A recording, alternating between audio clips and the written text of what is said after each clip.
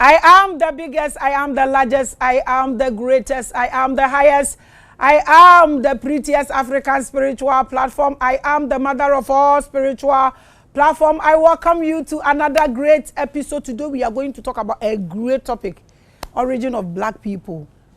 Do you remember we spoke about Dogon people last Sunday on Spiritual Hour? I think we will get a bit of them and then we go back to Kemet. You remember I spoke to you about what they call Easter, Hathor, and the rest. Today we are going to delve deeper into the origin of Africa. Love, and hate. We are preaching consciousness and liberation of African continent. Today is a great day. I have one of our brothers here who is going to take us through our origin. Everybody should look for a wine. Do you drink alcohol? I drink only water. I mean, look for something to drink whilst you listen to this, and don't be emotional, okay? Be strong. Let's welcome our guest for today. Papa, we welcome you to Revelations. Thank you very much for having me. On this set, this is your first time. That's correct. So please greet the viewers or the subscribers and introduce yourself to us. Okay. And last time you came to my set, that was the Abibi Tumi conference in Ekwepe Mampon, so we were glad to have you there. And my name is Obimfo Obadele Kambon. Obimfo translates to professor. I'm associate professor at the Institute of African Studies. And as mentioned, I'm the founder of abibitumi.com, which is both a site and then also an app that you can download on the App Store, Play Store. So I just want to, greet all of you, all of those who are watching, all of those who are listening, and hopefully we can have a very productive conversation today. We welcome you. We appreciate you, brother. Abusia, your guest ni for today or catchy. Enti no ye be frama mo na obia nya ne share and ne bundle. I welcome you once again. Today we are going to talk about origin of black people. But who is a black person? Very good. So if you look at who is a black person, the oldest record of an individual calling himself a black person, you can go back to Jedkare Isesi. This is back in classical Kemet. And this is on what they call the Sinai inscriptions. And it was a man named Sabi Kem. Sabi, that was referring to the name, and then Kem referring to the blackness, so Sabi Kem. And this is dated to well over 4,000 years ago. After that, you have in the pyramid text where collectively we refer to ourselves as black people.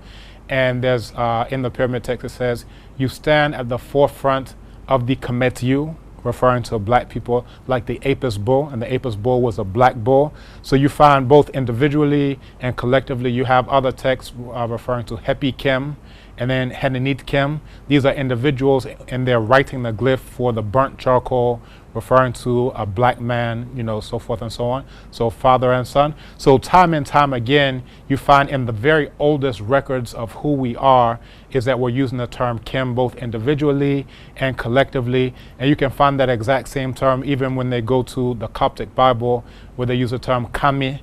And Kami is again referring to black people, and you'll find it in the Song of Solomon, where it says, I am black but comely, and so forth and so on. They use the term Kami, which is the exact same term that you find all throughout the history of Kemet. And when they say Kemet, of course, that translates to the land of black people. So if we want to know who the black people are, all we have to do is look around. Since I've been on your set, I've seen nothing but Kemetiu. Again, that refers to black people. And then not only in classical Kemet do we refer to ourselves in that way. When you look at the Akan language, we say Obibini and Abibifo. That has the same root as bidie, as in charcoal. So in classical Kemet, we use charcoal to write the word Kem and Kemet, but then also in, Chi, we use the B, and in the Songhai language, they have the same thing, Bibi, and it refers to blackness. If you look at Yoruba, Du, that refers to charcoal. Edu is the word for charcoal, and we have that same Du in Adulawa for one who is black in color. That's the way they translate to African. If you look at the Bambara language, Bamanakan, they say Farafin for a black person and Farafina for the land of black people. So again, that's how we refer to ourselves in the Bambara language. If you look at Wolof, you have Nit Kunyul, which is literally a black person. That's the way they say, quote unquote, African, but literally what we say in our own language is a black person. If you look at the Igbo language, they say Indisioji, which is those who have the black heads. So they refer to the land as Alandisiolji. So what they now call Africa is really the same thing as saying the land of black people, which is the same thing as in Kemet. If you look at Kikongo, that's the language of Congo, they say Ndombe, right? And Nsia Bandombe is land of black people, and then Ndombe is a black person singular. So if you even look at the languages of the invaders, like Arabic, for example, they'll say Sudan. So when they say Bilad as-Sudan, they're saying the realm or the land of the black people. Even the Greeks, when they say Aegyptos, that's where they have the, what they get the term for Egypt from. But again, when you look at their own language, they're also saying Ethiopia, which is those who have black faces. So all throughout the language, and I can go through other languages as well where you find it, but you have this idea of blackness, both individually and collectively, and then also for our land, Abibimang, Obibini, Abibifor, Adulawa, Ila Adulawa, Farafin, Farafina, Nitkunyul, Rare Nitkunyul, and Sia Bandombe, and Dombe, and so forth and so on. So if we're asking who is a black person, this is in our own conceptualization of reality. When we say Africa, this is a word that's actually coming from the Romans. When they defeated Carthage, they decided to refer to their conquered province as Provincia Africa Proconsularis, meaning that's under the proconsul as like a vice president. So Provincia Africa Proconsularis. But basically that was a thin strip of land, stretching across mainly Tunisia. And they decided to what they call pars pro toto. They used the name for a part and then they applied it to the entire thing. And that's how we got the term Africa for the continent. But again, in our own languages and our own conceptualization of reality, we always call ourselves black people and we refer to this land as the land of black people. So this is our origin. Someone is watching us personally or individually. Who is an African? Very good. So first off, again, because the term African isn't coming from our own language, there are questions about the etymology. I've heard no less than 8 or 9 different etymologies for the word Africa. So some say it comes from Africanus. Some say Leo Africanus or Scipio Africanus, that's the one who actually defeated Carthage.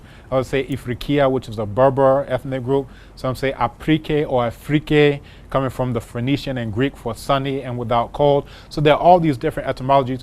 But what is problematic about taking a term that's not in our own languages is that there's nothing in the word that tells you who the land is for and who those people are.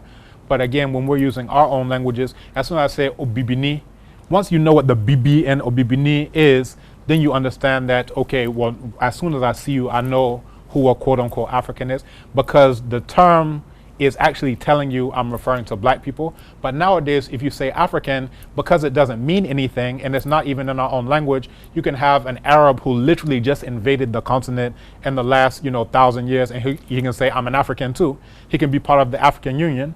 As a matter of fact, when we don't understand this, Haiti in 2016 applied to join the African Union, and they say you're not on the continent, therefore you can't join, even though there are more black people there than in many other countries on the continent. However, in the exact same year, Morocco, where they say black means slave and slave means black, they use the term abid, you understand? Where at that point in time, they had enslaved almost 250,000 black people. In that same year, they were allowed to join the African Union. Why? Because the terminology, the foreign terminology, gives the foreigners a back door. You can have the Dutch Boers, who literally just invaded, Mzansi, what they call South Africa, and they can be part of the African Union. You have the Indians who've been granted quote-unquote tribal status in Kenya. Literally the East Indians, who used to be called coolies and so forth and so on, they just got there, started taking over industry at the behest of the British, who they call the British, and now they can be called Africans.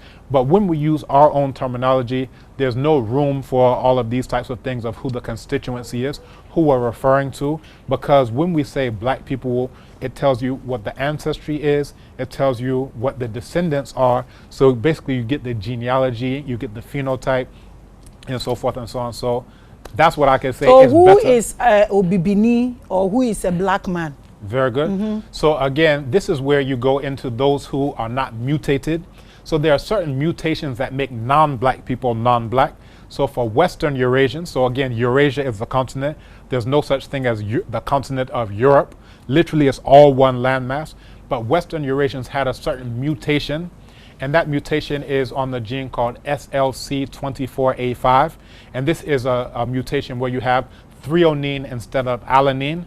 For Eastern Eurasians, it's what they call OCA2 polymorphism. So there are genetic mutations that make them non-black, and it's a case of what's called convergent evolution. So even though a different gene mutated here and a different gene mutated there, because it was advantageous to have lighter skin in those types of climates, that's what ended up holding on. So for us, we're the original people who are not mutated. We don't have those mutations. We have the original alanine instead of the threonine. We are the original black people. So when you see black people, you can see with your own eyes, because again, the phenotype is coming ultimately from the genotype. So we are the original people on the planet Earth. And then also, and we'll get a chance to talk about this, there's a proverb in Tree that says, "Wunana kasem chirwa, use mi bisameja." And it's like, if your grandfather tells you something, you say, I'm going to ask my father. Well, your grandfather was there before your father was even born. So essentially, we are the elders of the planet Earth. So where it comes to where black people come from, where everything comes from, we should go to the source. Again, we should return to the source, and that's how we will learn more. So we'll talk about some of our creation stories, and then we'll also go into archaeology. We'll go into the history, so we can get a comprehensive view of where black people come from and who black people are. Coming to you. Right now, people are watching us. Children outside there, children in the Western world watch this platform the most. So now when I'm asking questions, I ask in favor of the children who are watching me too. So the children are watching us. Who is an African in two sentences?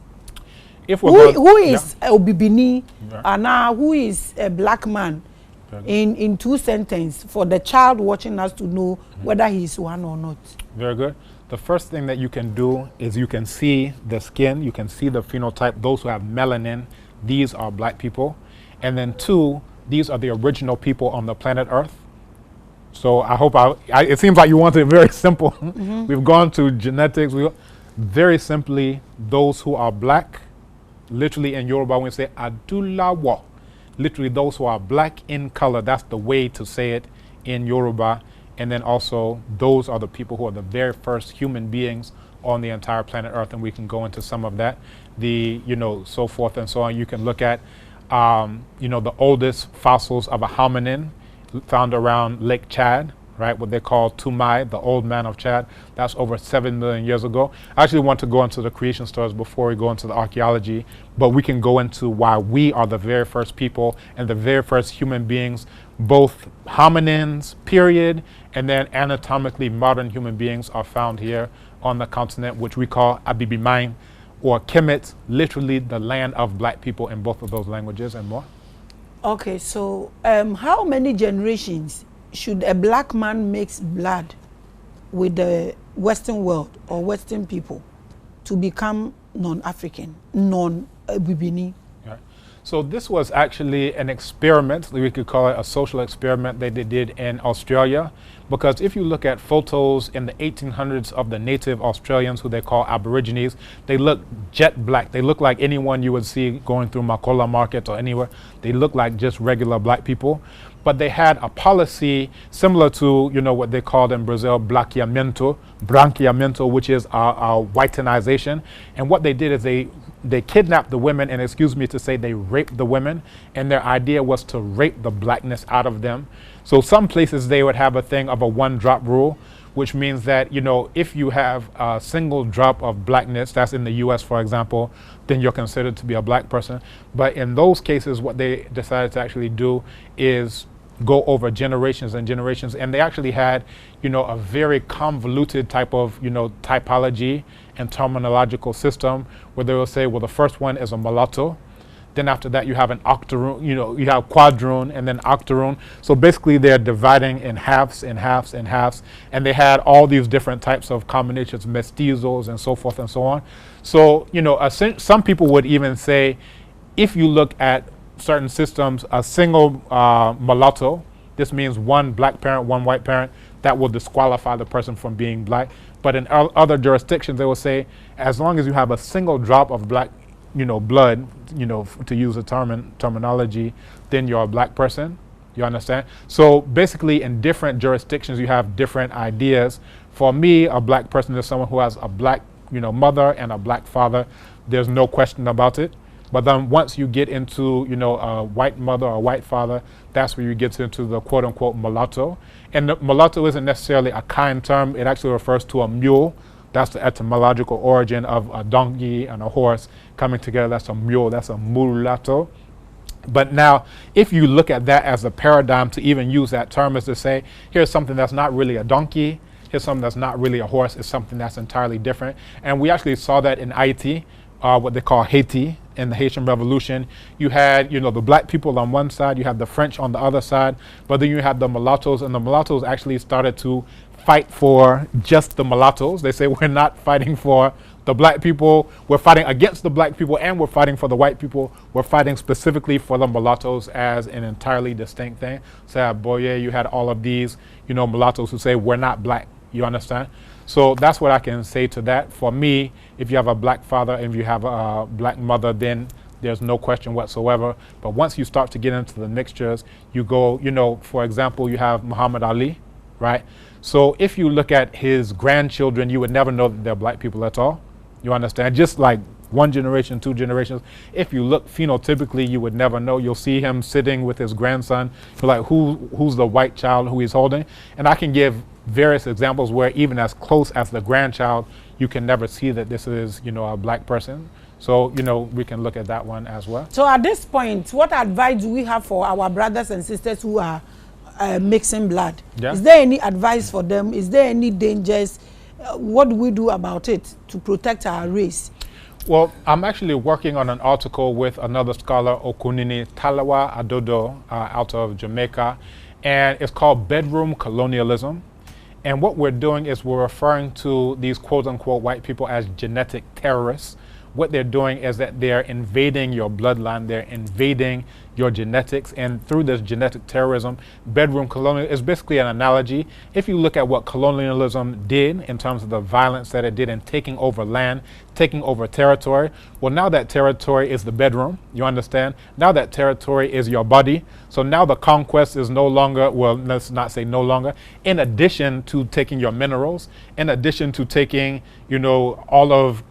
all of your cocoa, all of your, wealth from the land. What they're also doing is that they're taking your genetics. And what this does little by little is what Nana Marcus Garvey, he warned against miscegenation, that this is yet another means by which in Australia, for example, they were doing what they called eugenics. And essentially they are wiping out your bloodline, intentionally so. So they have different ways that they can, do genocide. And if you look at the UN 1948 definition of genocide, it talks about killing members of the group, part one, causing serious bodily or mental harm to members of the group, bringing about conditions to destroy the group in whole or in part, preventing births within that group, and then also transferring children of the group. That's a 5-part definition of the official definition of what genocide is. And there are several ways they can do that. They can kill people like lynching, you understand, or the modern day lynching that you see all on social media where the police are shooting black people 50 times, so forth and so on. That's one way of doing it. But when they talk about preventing births within the group, this is an example of doing so. Another thing that they do is the LGBTQ. If you have a woman and a woman, those two cannot produce a child if you have a man and a man. And this is why they're so adamant about coming to the continent and saying, you must do this, otherwise we won't give you aid. You must do this. So all of this is essentially various means by which they're able to perform calculated genocide against the black race to make us go into non-existence. So that's what I would say is that, and part of the tools that they use the self-hatred industry to make you not want to be black anymore. Now in the US, where there's a white quote unquote gene pool, the easiest way is to go marry a white person, you understand? And sometimes people will say, oh yeah, you need to marry, someone white. You need to marry someone, at least they'll say with good hair, or you need to marry someone lighter than your own complexion. Like this is what they literally will say, to you. But if they're not doing it directly by telling you, they'll show you things, they'll show you images, they'll say beauty, and then they'll have an image of, a white woman who has hair like a horse, who has skin like a pig, but then they'll tell you that this is beauty, and now you'll want to go and find, a white woman. Here, because there's not so much of a quote-unquote white gene pool, what people do is that they bleach their skin. But all of those things are coming from the self-hatred industry. Now, why am I calling it an industry? It's an industry because once you are told that you should hate your skin color, who do you have to go to for chemicals in order to make your skin look like that of a pig? Once they tell you that your hair is not good, well, now who do you have to go to in order to get the chemicals to make your hair look like a horse or a dog or any other mammal other than a pure human being? And this is what human being hair looks like. Homo sapiens sapien were the first human beings on the planet Earth, but they're telling us we should look like a mutant. We should look, and I'm not saying mutant in a pejorative sense, but literally we know what the mutations are that cause albinism, leucism, and those are the same genes that are implicated in quote unquote, white people. So that's what I would say is that you should not succumb to the self-hatred industry, because the self-hatred industry is intentionally designed for those who create the problem to now solve your problem, which is, oh, you're too black, or you're too this, or you're too that, but then they're laughing all the way to the bank. Look at the trillions, that are spent on the self-hatred industry. If it's not the skin bleaching, if it's not the perming, if it's not the wigs, if it's not all of these types of things, if it's not, the makeup, look at Michael Jackson. Look at all of these, people with plastic surgery. They want their nose to look like a vulture, you understand? Because they've been told that's what beauty is. You understand? They're telling you your nose that can breathe in air is bad. You should try to make it as narrow as possible to look like Pinocchio. It's like, what are you really doing? You understand? And that's what happened with Michael Jackson. He used to have a beautiful nose, but then through the plastic surgery, it got pointier and pointier and pointier over the years, where you could even see him in court and this fake nose is even falling off, and he's asking, oh, can I reset my nose? No, you're not allowed to reset your nose in court. You have to just deal with your broken nose as you've done it. But this is the industry. The plastic surgeons are laughing. Yes. The You're watching the biggest and largest Pinocchio nose, plastic surgeries. Yeah. And then on top of that, the self-hatred industry is also you should hate your clothes, right? So once they tell you your clothes are bad, well, now who do you have to go to get clothes? If we talk about the aid that comes, to the continent, you can say USAID or UK aid or any of those aid organizations, we literally donate billions and billions. Ghana has the biggest second-hand clothing industry. All these things that you are talking about, the surgeries, the clothes and everything that you are saying, when they tell you this, you go for their own. Actually, everything they are doing, they picked it from us. Like you said, we are the origins of this place. So everything they are doing, they are just progressing on what we gave them. So what is wrong with us going back for what we gave them? That is one. And if this locks should be the human hair, what about those who have cut it off? Right. What about those? So this is a good question. Nana Yosef Ben Yakinen, he gave a parable to, basically answer your first question. And he says, imagine that I made a huge feast, and these foreigners, they come to the feast, and then they go back to their land, and then they vomit up what I gave them. Now, later on, me in my famished state, right? I'm hungry, I'm famished. They come back and bring me the vomit. You understand? And now this is what we're essentially doing, is we're trying to sift through the vomit, trying to find African spices. We're looking for prekese inside of vomit. We're looking for osorowisa inside of vomit. We're looking for famrisa. We're looking for hrintia inside of the vomit. But why would we do that when we can actually go and get the actual spices from the origin? Because a lot goes on in the bile, you understand, of these foreigners who came here. So if you look at the Greeks, they literally studied in Kemet. But then look at how perverse they turned the stories of Kemet, which were allegories for the movements of the sun and so forth and so on. They're coming and then they give you Kronos and, Hera, and then Zeus is trying to kill the father. You have, Zeus who's raping men. It's like you did not get that from Kemet. Like I know all of these creations, and we'll talk about the creation stories from Kemet, none of that is in there. But as soon as you go to Greece, there's all types of homosexuality, there's all types of perversion, there's patricide, there's matricide, there's infanticide, there is just all of this. Now, if you have the people who are literally learning directly from the source and then this is what they give you, well, we can't go to them looking for anything pure. Imagine trying to get pure, food from vomit. It's not a good way of going about things. And then two, it's not just locks. It's talking about hair in our natural state. You understand? So whether it's an afro, whether it's braids or so forth and so on, we're talking about not going to our enemies who have given us the self-hatred industry in order to enrich them. Are they our enemies? Yes, by all means. By all means. Why? So if we even look at the word enemy in Chi, for example, otamfo, it comes from the root tan, which is to hate. You understand? When we're talking about the self-hatred industry, there is no more hatred than the hatred that they convince us to hate ourselves. You understand? In terms of hating the color. And Baba Omowale, who they call Malcolm X, he would say that.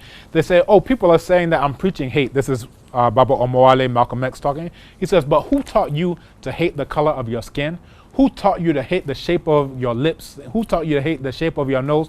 Who taught you to hate yourself from the top of your head all the way down to the soles of your feet? Before anyone asks me, and this is him talking, whether I'm teaching hate, ask yourself who taught you to hate yourself.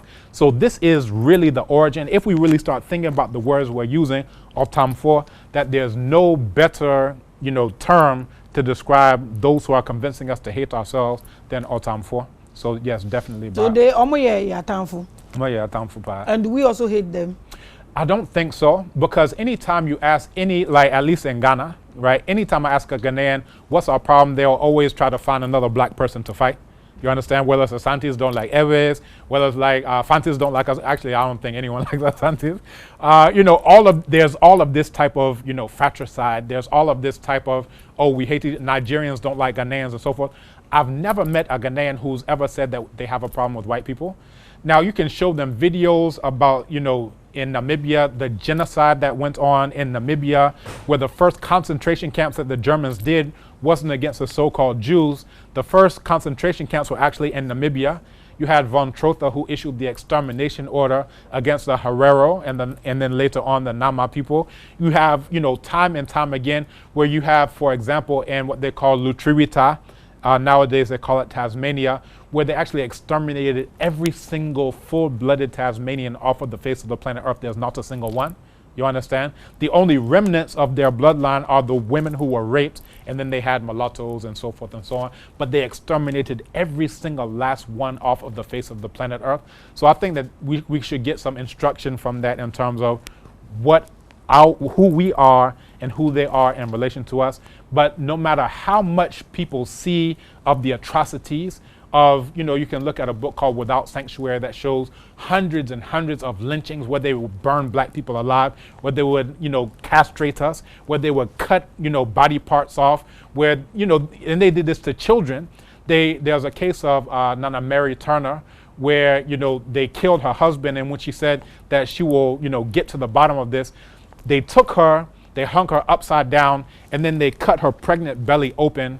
The baby dropped down, and then they crushed the head of the baby with their boot. They shot her hundreds of times with shotgun shells, and then they burned her alive. You understand? But no matter how much black people learn about this, I'm yet to meet black people, at least here in Ghana, who will say... I hate anybody. They will hate black people. They will say, fear by four. They will do all these things against black people. But I think it's a fear thing going on that they're not willing to turn their attention to those who actually cause the problem. And to quote Nana Amos Wilson, a noted psychologist, he said, if you want to understand any problem, don't look at those who suffer from the problem. Look at those who benefit from the problem. Because those are the ones who created the problem in the first place. Those are the ones who will keep it going. Those are the ones who keep it going. And Nana Kwame Ture would also, often say that, if you look at any problem and you only look at the oppressed people, you'll always blame the oppressed people for their own problems rather rather than the oppressor. And that's what goes on, is that the highest we see is, the president isn't doing things well, or the minister of finance isn't doing things. Okay, they may not be doing things well, but you have to understand who's actually pulling the puppet strings. And then those who go against them, Patrice Lumumba, they will kill him. CIA implicated in this. They will do a coup d'etat against Nana Kwame Nkrumah. So basically what they're telling you in no uncertain terms is you will either do our bidding or we will kill you, and then we will dissolve your body in acid like they did Nana Patrice Lumumba. So, it now comes down to, well, have we really gotten a chance to run our own affairs, or are the ones who are running the affairs for us actually pulling these strings? And that's what's going on. But we only see the black person beside us as the problem and not the puppet master who is pulling those types of strings. And these are the types of things, when you came to that BB2Me conference, we're talking about black power. You understand? And, we have the conference coming up in September again. We'd like to invite you to come. And when we're talking about black power, the reason why they're able to do those things isn't a question of they don't like us. It's because they have the power to do so. You understand? They can't kill you if they don't have the power to do so. And to quote again Nana Kwame Ture, he says that if the one who is trying to lynch me, and we're both calling on the same white Jesus, I'm sure, but if somebody hates me and says I want to lynch you, then that's his problem. But if he has the power to now lynch me, well, now that's my problem. So essentially it's a question of power. So what we have to have is black power, and the power to say, no matter what you want to do, you're not allowed to do it. The Chinese, for example, have built up Chinese power. So now if you want to go into their waters, they will blow you away with hypersonic missiles. If you want to do this, they can even drop an atomic bomb on you. And that is the difference between those who are powerful and those who are powerless. So for us, it's in our best interest in order to produce a BB2Me, that is to say, black power in the interest of a BB Fahudie, which is black liberation. I wish I can ask him more questions, but his topic is equally important. So I won't waste much of his time. But I have one last question I will ask at the bottom of the conversation because of time. Right. So I'm giving him the platform to for him to talk about his topic, origin of black people. So please take us through. Very good. And once again, I'd like to thank you for the opportunity. So I actually gave a talk which was literally, where do black people come from? Someone asked me that question before. So I had something like almost 100 slides on the topic. We'll see if that can even be worked in on the post-production side, but we can just discuss the topic. So what we did is we looked at the oldest creation stories known to human beings, and we found those written down in classical Kemet. So for example, in different locales, you have all of these creation stories where they basically give you different perspectives on the exact same thing. So I'll start with that of Men Nefer. Now, why am I doing that? Because this was the very first capital of classical Kemet. When Narmer founded Kemet, Heru Narmer founded Kemet, he did so at Men Nefer. And at that time, the major divinity was called Ptah. So and you can find this on what's now called the Shabaka stone. For those who want to do their own research, you can read the Shabaka stone. And on that text, you can find written in Medu Neter where it talks about the role of Ptah in Ptah's form as both Ptah Nun and Ptah Naunet. This is the masculine and feminine sides of what they refer to as the primordial waters. They say in the beginning was nothing but infinite water. And using Jehuti, which represented thought, and then Heru, which represented the heart, and then you have the eloquence of the tongue, that all of those different components came together with the idea of Sia, Hu, and Heka. So Sia, this represents that which is divine insight, right? That's Sia. Hu is referred to as authoritative utterance, and then Heka, sometimes they translate that as quote unquote magic, but literally it is the power to bring things into being. So using those elements of Sia, Hu, and Heka, who themselves were represented as divine forces, this is how Ptah brought all things into being, from the thought of the heart coming out through the tongue, through that divine utterance, and then that bring everything into being. So all other creation stories that talk about in the beginning was the word, or they talk about the role of the word, is actually coming from that specific creation story that talks about the role of the tongue and the word and so forth and so on. And this is why they refer to the language as Medu necher, which is divine words, because the idea is that everything that exists in reality is nothing but a word that is spoken, a continuation of that original word. Everything is that has now been transformed into its current form, ultimately coming from Ptah. So that's the Min Nefer creation story, just in summary. And if you want more details on any of them, I can go deeper into them. But I want to give you I'll give you four creation stories from classical Kemet. Now we'll turn to the Chemnu creation story. That's what the Greeks refer to as Hermopolis, for, again, those who want to search for it themselves. So in the Chemnu creation story, that goes into the attributes before creation came into being. And the idea was, in the beginning, you had Amen and Amenet. So Amen is masculine hiddenness, and then Amenet is feminine hiddenness. This means in the beginning, before anything came into being, everything was hidden. Then you had Nun and Naunet, that everything was wet. So again, Nun is masculine wetness, and then Naunet is feminine wetness. So you have those attributes. Then you have Ke and Keket. This is darkness, masculine and feminine darkness. And then you have He and Hehet, which is masculine and feminine infiniteness. Now, basically, what is this telling you? What it's telling you is that if you understand creation, then you understand procreation. And if you understand procreation, then you understand creation, because it's a metaphor for procreation, because it's giving you the attributes of the womb. The female womb has all of those different attributes: hidden, dark, wet, so forth and so on. And then from that, this is how creation comes into being. So this is the core of the Chemnu creation story. And what it really emphasizes is the necessity of male and female attributes in order to create life. So from there, that's where creation took shape, from the original 8 Neteru. And you have when you came to Abibitumi headquarters, you notice that it's an 8-sided structure. And we call Abibitumi headquarters Chemnu, the place of the 8. There are 8 pillars that hold the structure up. Everything there has 8, 8, 8, 8, and it's referring to the original Chemnu creation story, and that's the significance of that. Now, and this is coming from around 2600 BCE to 2500 BCE. So the Min Nefer creation story is going back, let's say, at the very least 5,400 years ago. That's on short chronology, going to the time of Heru Narmer, the founding of Kemet. This is the original creation story. That's around 5,400 years ago. Now we've come to around 4,600 years ago. Now we're going to come to the Ilnu creation story. This is what the Greeks call Heliopolis.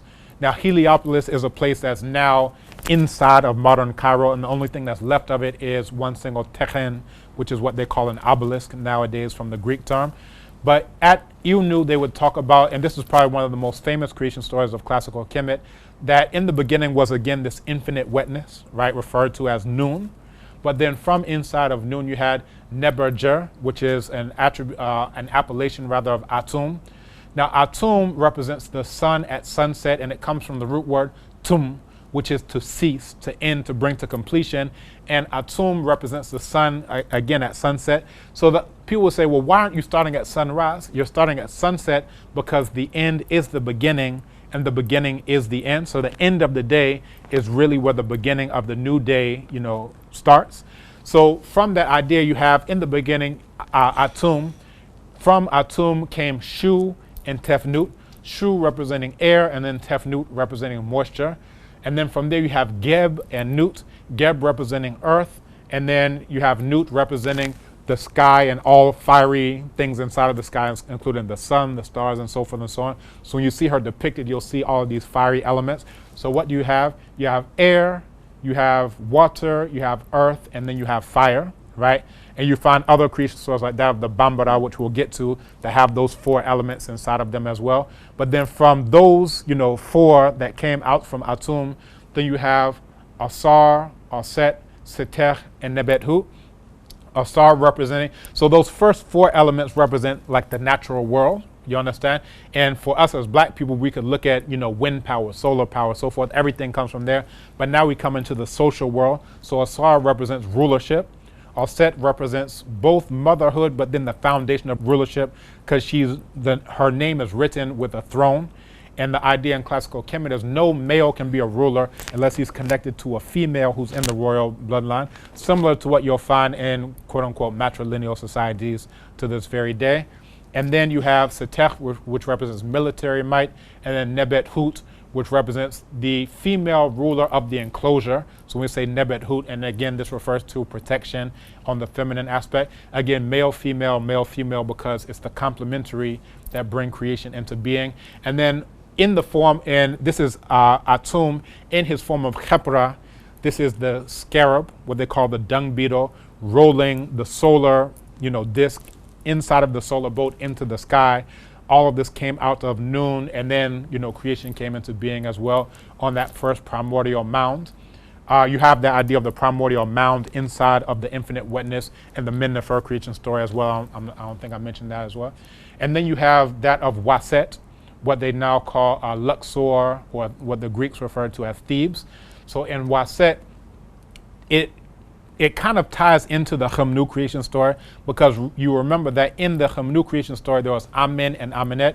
Now what you find that's unique about the Waset creation story is that because Amen is that which is hidden, they say that Amen is inside of every single other divinity that you're talking about. So if you want to say Atum, Amen is hidden inside of Atum. If you want to say Ptah is great, well, Amun is also hidden inside of Ptah. So no matter what divinity, and you find this, Amen coming into prominence in what they refer to as the so-called Middle Kingdom. So this is where you now find Amen. All the other creation stories are still there, but Amen is referred to as Nesut Necheru, which is the king of all the Necheru, the divinities. Okay. So those are the 4 major creation stories of classical Kemet. And we can also look contemporarily, Dogon Bambara, but it looks like we want to pause and... No, maybe. You are watching the biggest and the largest. So explanation, bebre na o mani na no. Mo amushe yenu abema toto sawo ni show no. He was also talking about the same deities.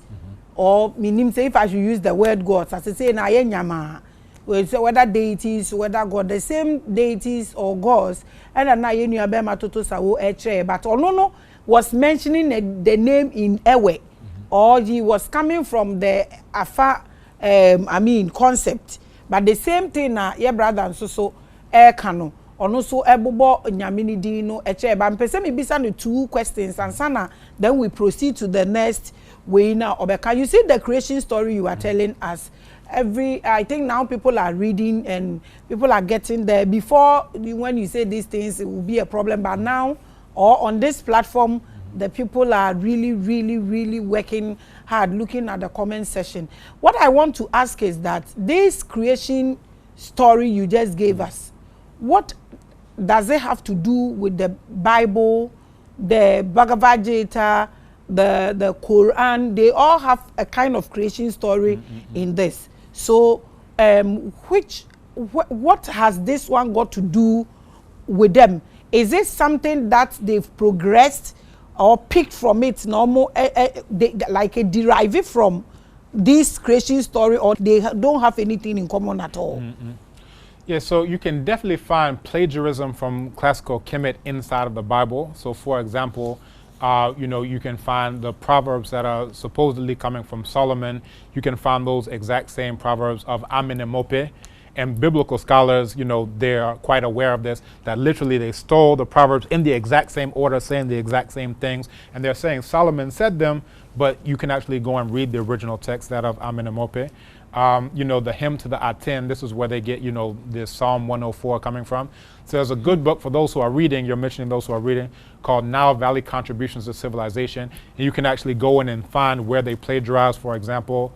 You can go to the pyramid text. So the pyramid text is the oldest compendium of spiritual texts on the entire planet Earth. And they were chiseled inside of stone, inside of the pyramids, first of Wenis, second of, Pepi, Teti, Pepi the second, so forth and so on. So you can actually read those texts. And when you read those texts, you'll find this idea of the death and resurrection of the Savior, right? You'll find these ideas of, a Holy Trinity, Immaculate Conception, all of these there. And then you can go also to the temple of Nesubiti Seti, where he actually depicts this Immaculate Conception of Asar or Set, and then Heru coming into being when she transformed herself into a kite and alighted on the Techen, which, after he had passed on. So all of those stories that you'll find, coming out in Christianity, so forth, They basically took those themes. But the difference is in classical Kemet, everyone was aware that these are allegories for the movements of solar and celestial phenomena. So if they're talking about this Savior with 12 disciples, everyone is clear that we're talking about Heru, right, representing the sun, and then the 12 constellations. Everyone knows this. You know, you're basically told stories as a child, basically like Anansisim. And then once you go through the 40 years in, you know, the temples of study, you come to understand all of these different aspects of what it actually means, what it actually breaks down to, so forth and so on. Now, the difference is with Constantine, you have the Council of Nicaea, where they came to a consensus that we're going to say this, consubstantiation, so forth and so on. So they basically got their story straight. They killed off anyone like, you know, Arius or so forth. You know, they either suppressed them or killed them off and said all of those other stories where this is what the canon is, and anyone who goes against them, we will execute you for doing so. So basically, they're coming to this idea of let's no longer say what everyone knew before, that it's referring to the movements of the sun. Let's say it's a human being, a man, and if you don't say it, we'll kill you. So that's the major difference. So I definitely wouldn't say it's a progression. I would say it's a deception more than anything else, because when you go to classical Kemet, that will actually tell you more about the cosmos. It would actually tell you about the universe. It would actually give you a deep and profound understanding of, like I said, creation and procreation, because all of those stories, they sound like, oh, this deity did this, that deity. They're literally just telling you about conception, how conception works. You understand? When they're saying that there's infinite water and then there's a mound that's coming into the water, the mound is obviously representing the phallus, and then that water is obviously representing the womb. And you find the same thing. As a matter of fact, I'll see there is a gold weight called Eradin Yankopon. Now, nowadays when people say Eradin Yankopon, they'll think about an imaginary white man on a stick, what I call Obroni Chinchinga. But back in the day, we used to use gold dust, and we would weigh gold dust against these gold weights. And this is one such gold weight, which is referred to as Arade Nyankopon, where Arade, this is the triangle, and that represents the womb. That's the feminine aspect, and maybe I'll come to this camera. This is the feminine aspect. And then you have this spiral inside of the womb, which represents the semen coming into the womb. So Arade is feminine. Now people say, oh, Arade, and they're pointing to a white man, right? White man Chinchinga. Yeah, Obroni Chinchinga. But Arade is actually the feminine aspect. That's the triangle. It represents the womb. And then the spiral is Onyonkupon, which represents the masculine aspect. If you come to the God, they will say Ata, Na, Nyongmo.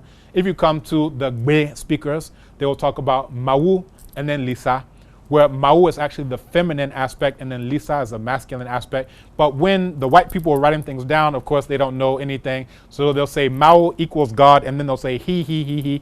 They're referring to the female, and they're saying he. What are you really doing? It means you have to actually go to the source, to the base speakers, to Benin, so forth and so on, to actually find out what it is that we're even talking about. And then again, you find that exact same idea of male-female complementarity all throughout our creation stories, because again, they're telling you something that all of us know. As soon as you're old enough to know how to create a baby, you know what this is referring to. As soon as you understand that in classical Kemet, you understand that when they're talking about primordial waters, you're talking about the womb. When they're talking about the mound coming into it, or the solar disk coming into it, all of those types of things. And you find it in creation story. The Yoruba have a similar thing, where there's infinite water, there's no place on which to stand. But Obatala descends from Orun, the skies on a golden chain, and then has a fowl that spreads the sand around inside of the water. That's nothing but referring to what we understand procreation to be, but saying the same thing we know about how procreation works, that's how creation worked, and vice versa. So there's no easier way to make it, understandable, to use that term, for anyone than to understand. All of our creation stories are very scientific. What you see is what you get. As soon as you understand how procreation works, you understand how creation works, and then vice versa.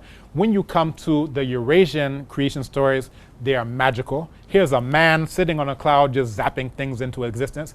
That's not how creation works. As a matter of fact, that's against the order of how things actually work. all of our creation stories are saying this is the order of how things really work. Male, female, that's what creates life. But theirs is just some male somewhere. Now, I don't know, maybe your cameraman can go into a corner somewhere and come out with a baby. But that is, I doubt he can do it. He'll need a woman. He needs the male and female to produce life. And that's what our ancestors said. That's how it's been ever since the beginning. That's Onyame Nchiche, and that's how it still is. And we can all attest to seeing that. You are watching the biggest. Wow, shared last Sunday about Easter, and wow, share so spiritual hour about female. I mean, productive system. No, also how they change Hathor from the Greeks, the Phoenicians. You watched it. You are watching the biggest and the largest. So, right now, this is the origin of black people. Looking at us now, what do you think is disturbing, worrying, or destroying us? Okay, before I do want to answer that question directly, but I wanted to also go into some of the other creation stories because that will take me on an entirely different direction. So if you look at, let's look at Hamnu, that talked about the role of 8 inside of, the creation story. You'll find the same thing after Atum. There were 8 divinities. You find this time and time again. You find the similar thing amongst the Dogon people. They talk about the 8 original Nomo. You understand? Even before that, if you read the book called The Pale Fox, it talks about from Po came this explosion that was so bright that it was invisible and so loud that it was inaudible. And then that came out in 8 different directions. So you have this, idea. So when you find in the Dogon creation story, so you can also read, so there's a Pale Fox, there's another book called Conversations with Ogotemeli, where it gives, again, these types of metaphors, where it will talk about how in the beginning, Ama, which is also the name for a female born on Onyame's day, right, in Akan, but for there, the name of the supreme being is Ama. That harkens back to Amen that you find in classical Kemet. But he talks about how in the beginning there was this white hot clay that Amma used in order to create the sun, the stars, so forth and so on. And then the next thing was coming to the matter of creation. So with the earth, Amma performed the first what we could call excision for the termite hill that was on side of the earth. And then in procreating with the earth, this is where you had the very first one, which is Ogo, also known as the Pale Fox. Eventually came to be known as the Pale Fox. But then after that, you had these twin births, and the twin births were of the 8 original Nomo. But then Ogo, in attempting to, defile the mother, he tried to dig into the earth, and in doing so, this was a desecration. And from there, you have Amma deciding to continue with those twin births without the earth. But then again, from those 8 original Nomo, they saw the mother in this defiled state, and then they decided to weave a fiber skirt. And the Nomo themselves are both water and they are light, you understand? And that's again very similar to what you found in classical Kemet, because you have this idea of light in the form of Atum, and then Tefnut also in the form of the water. So you can find these, types of parallels all throughout. But then from there, that's where you have this creation story. But with Ogo defiling the mother, this is where he was robbed of the power of speech, but then also he was able to teach diviners how to do divination. So that's the Pale Fox story. That's the Ogotemeli story. Amongst the Bambara people, they talk about how in the beginning we have Fu, which was an infinite void. Again, it's very similar to Nun in classical Kemet. There's void of infinite wetness. So the Bambara people say that in the beginning was Fu. From Fu came Gla, and Gla uttering, and what is Gla? Gla is the continuing principle of uncreated creation, a principle of continuous creation. The idea is that when Eurasian religions talk about a revelation, it's something in a book, it's discontinuous revelation. There's no more creation after that set point in the beginning. However, for us as black people, we say that creation is continuous. Every time a child is born, that's a continuation of creation. That's why we do divination, because there's continued creation going on all of the time. So uttering a voice from the void, Gla, which was this principle of continuous creation, uttered this voice, and it was Dia. That was the sound that came out. So what happened now is inside the void, you now have Gla, and then Gla's twin, which is what Gla said, which was Dia. So again, you have this masculine and feminine principle. And then from there you have Zo, which is human consciousness, and Yo, which is purposive thought. From those 4, you had the multiplication to the 8 to the 16 and so forth and so on. And that's similar to how the Yoruba divination is done, where you have the 4 becomes 8, becomes 16, all the way till you get to the 256 Odu. For the Dogon, they also talk about 256, but then they have these 10 additional master signs in addition to those 256. So again, you find that in the Bambara creation story is the significance of the original 8. If you go to, for example, I mentioned briefly the Yoruba creation story, that in the beginning you have Olorun, and then you also have Olokun. So you have the sky, and then you have the water, Okun, referring to the ocean that's infinite. Again, that same type of parallel of the infinite ocean that you found in classical Kemet, that you found amongst the Bambara people, because again, it's just a metaphor for the womb. And you had Obatala, and all of the Orisha at that point in time were happy about Obatala because he wanted to create. He was unhappy, and he asked for permission to come down onto the water in order to begin that process of creation. He was given that. He collected gold from all the other Orisha. He came down on this golden chain, and then he had a palm nut, he had a black cat, he had sand, and he had a fowl.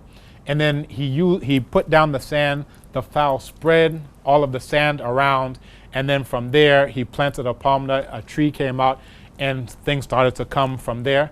Eventually you had where Obatala went back into Orun, the skies, but Olokun, being the owner of the ocean, she was unhappy with this situation because before everything was for her, now you have this land in there. And what she decided to do was take over the land. So you can imagine these tidal waves that are trying to pull the land and drown those who Obatala created. Because in the process of creation, Obatala decided to basically mold people out of clay. But with the palm tree, he got some of the palm wine from it. He got drunk, and then from there, because he was drunk, that's where cripples come from, albinos and so forth and so on, because he made mistakes when he was in his drunken state. And that's why the followers of Obatala, they don't take any drinks, because he swore off drinks, and therefore the followers of Obatala, if not, they will bring out albinos. Exactly. So from there, all of the followers of Obatala, they swear off drinks. But then, eventually it came to the point where Olokun challenged Olorun, so the owner of the sky was challenged to a duel, a battle with Olokun, and it was a battle of weaving. Abusia, the same story. Mokai, Bia, any tunnel. You remember any a sheep, a goat, Kwekwana story. Mokai. The same thing, creation story no obia woni de. When we say yenua sawoto tonso ebe kan the same thing. Se see ni moma yenko archaeology ni mu kakra because your time no asan ye de bia kan kakra kan ho. Yenko ho no so kakra na mimbisa ne just 2 questions. So if you people want us to bring him back, then you write it in the comment section and then we try get him back to you, so you ask your personal questions as well. So please get into the archaeology side a little, the vital part or the vital point, so we are able to proceed. Okay, so as mentioned, you will find these commonalities with all of those creation stories. We'll put that to the side. But again, you see the 8 original ancestors amongst the Basonge and Congo. You'll find the 8 Musiabain amongst the Akans. But now coming to archaeology, if we're going into where do black people come from, the oldest hominin fossils that you can find are that of what they call Tumai, the old man of Chad. And this is a fossil that was found dated back over 7 million years ago. So if you want to go into old, now we're actually getting into old. And this is at the banks of what would now be Lake Chad. Lake Chad has now started to evaporate, so it's away from where it is, but this is where you can find the oldest hominin fossils. And what's significant about this is you have these cycles where the Sahara becomes green and then it turns into a desert. It becomes green and then it turns into a desert. And this happens because of, basically the rotation of the earth and the angle at which it happens and how that affects the weather patterns. But at that time, we can imagine that, again, this is happening when the Sahara is green. The most recent time that the Sahara was green, this is where you find the oldest eviscerated mummy. And this is, in what is now modern-day Libya in the Caucasus Mountains. But after the Sahara became a desert, again, this is where you had people who migrated to further south into the Congo. You have others who migrate to the Nile Valley, and that's the start of what we now know to be Nile Valley civilization, as that last migration out of the Sahara Desert. But now let's look at Dinknesh. This is what the white people call Lucy. And when I went to Ethiopia, I actually got a chance to see the bones that are on display in the museum. But this is dated to around between 3 and 4 million years old. So again, we've gone from 7 million to 3, so a little bit over 3 million years old.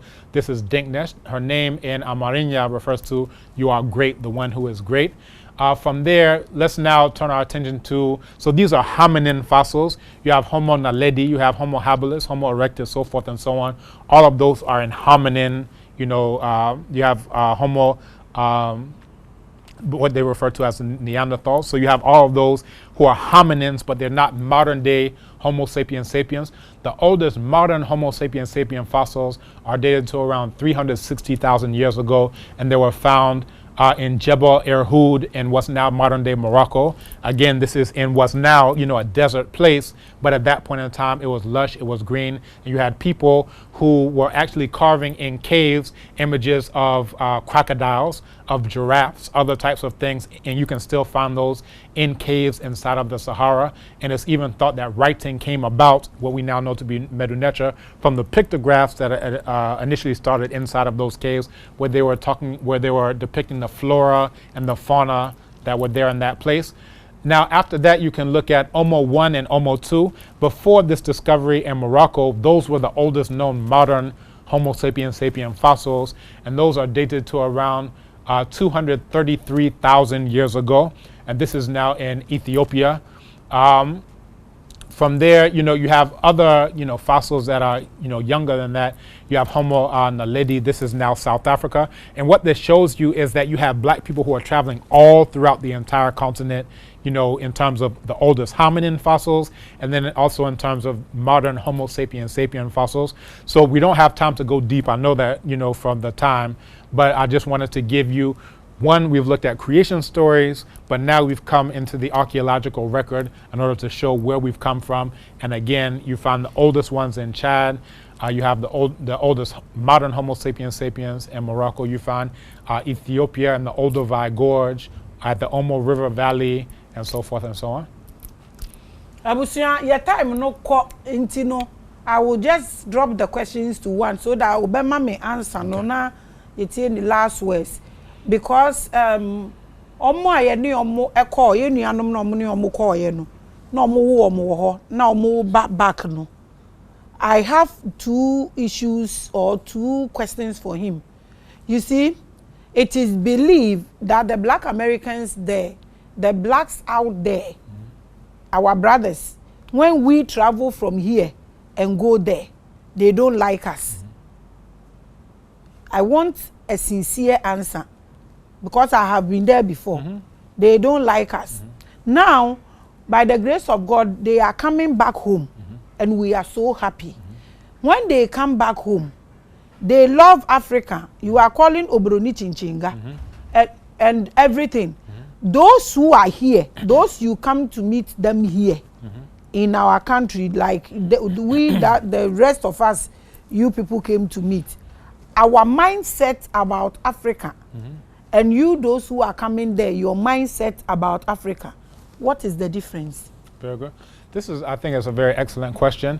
So it's on both sides. So those who are here, when they go there, they're often told don't mix with the black people there because they're drug dealers, they're drug addicts, they're gangsters, they're thugs, they're so forth and so on. And then they tell us there, don't mix with the continental Africans. They're African booty scratchers. They all have HIV and AIDS. They're drug lords, they're warlords, and so forth and so on. They'll point to, Boko Haram and all these types of things. To the point, I remember when I was growing up, Ethiopia had a famine. If someone called you an Ethiopian, it's fighting words because you'll see these children with flies. So they gave us a very poor image of the continent, and then those on the continent, they give you a very poor image of those in the diaspora. And what happens is we never have a conversation.